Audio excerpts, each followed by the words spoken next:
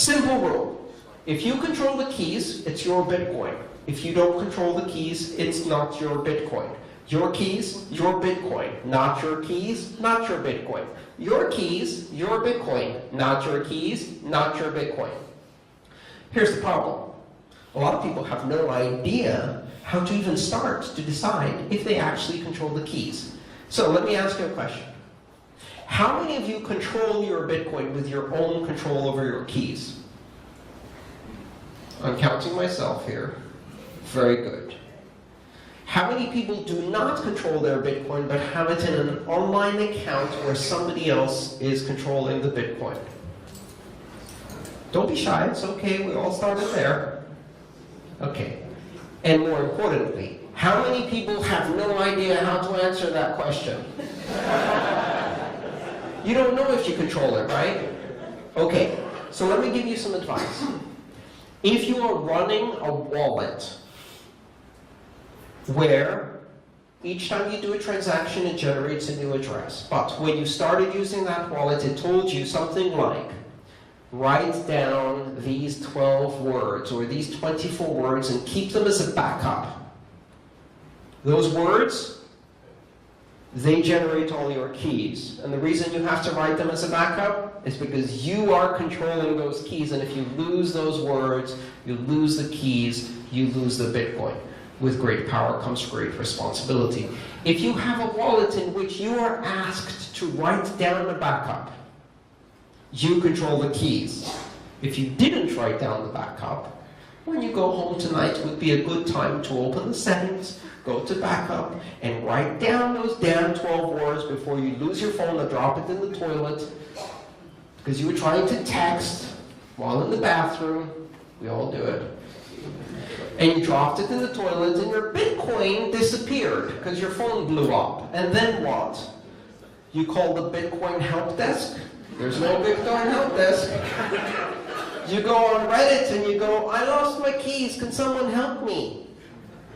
And what are people going to say? Did you write down the 12 words? You didn't? Sorry for your loss. All right.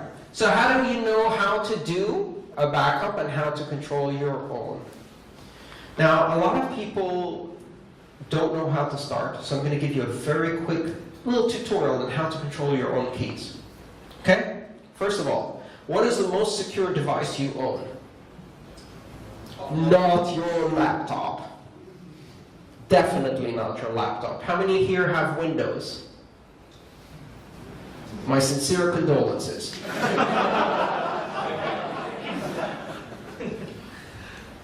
Okay, so you don't own your Windows machines. Your Windows machines are owned by a combination of viruses and Trojans that are controlled by Russian and Chinese hackers somewhere else in the world, but they're not really your machines. They just let you use them occasionally. Do not put Bitcoin on those devices. Right? That's like making a donation to hackers. They have software actively looking for Bitcoin software, and when they find it, they take it. Or they put a keylogger and then wait for you to do a transaction and enter your password, and then they take it. Okay, the most secure device you own is your smartphone. Yes? Android, iOS is the most secure device you own. Operating systems on smartphones are far, far more secure than laptops and desktops, especially Windows. So your smartphone is probably the best place to run a wallet. If you have a lot of money invested in cryptocurrencies or own a lot of Bitcoin, and the word a lot means different things to different people, but if you feel like it's a lot, like if right now I told you your Bitcoin has just been stolen, do you go, I'll get some more? Or do you start crying? Or do you have to have a very difficult conversation with your parents and your spouse about why your kids won't be going to college? So those are variations in the word a lot of crypto, right? If you have a lot of crypto, more than you would be upset to lose, you should buy a hardware wallet. A hardware wallet is a USB device. I can recommend a couple of those. Ledger, Trezor, those are really good. BitcoinTrezor.com, Ledger.com, KeepKey. There's a bunch of others.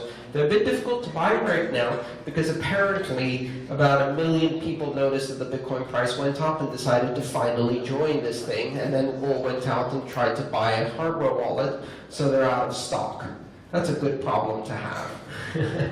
But a hardware wallet is this little USB device which keeps your Bitcoin keys on a highly secure, special purpose device. Even if your computer is absolutely full of viruses and hackers, you can use that device securely because everything happens on the device and the device itself can't be attacked over USB, or it's almost impossible. So buy a hardware wallet. If you can't buy a hardware wallet, download software onto your smartphone. If you have iOS, I could recommend Bread Wallet, or Mycelium, or Copay, or Airbits. If you have an Android wallet, Mycelium, or Copay, or Airbits. I don't work for any of these companies. I haven't taken money from any of these companies. They're just ones that I've used. They've been around for a while. I trust them to be much better than whatever else you're doing right now. Download those wallets, install them on your smartphone. Then when it tells you to make a backup of your 12 to 24 English words, don't get smart, don't get fancy, don't say, well, I'll write 3 of the words here, then I'll take the other 3 words, reverse them, put them in my phone book, hide them in my library, give them to my cup. Don't get fancy. Paper, pencil, write down the 12 to 24 words. The chances that someone's going to get hold of that and know what it is, pretty slim. Put it in a drawer, lock it. Put it in a safe, lock it. And then you can use your phone, and if you lose your phone, you have the words. If you lose the words, you have your phone. Both are equivalent. Anytime you want, restore from those words. All of your transactions, all of your money you get back. Now you control your cryptocurrency. These wallets, many of them, Jaxx is another one if you have multiple currencies, not just Bitcoin. If you have Ether, Dash, Monero, Zcash, LTC, whatever, Jaxx, J-A-X-X. Exodus? Exodus? Yeah, Exodus what? Never heard of it. I don't know if it's a... That doesn't mean it's not good. I'm just saying I haven't personally heard of it. Okay, so download one of those wallets, write down phrases, pencil on paper. Right? If our civilization ended tomorrow, in 1 month, 2 months, all of the CDs, DVDs, hard drives, USB drives would be dust. Okay, maybe not 3 months, but 3,000 years, dust. We're still finding paper from the Egyptians. Paper lasts. Yes? Paper. Don't put it on a USB drive. Paper. Simple, acid-free paper will last for hundreds of years. If you're extra paranoid, you laminate it so that it cannot get destroyed by water.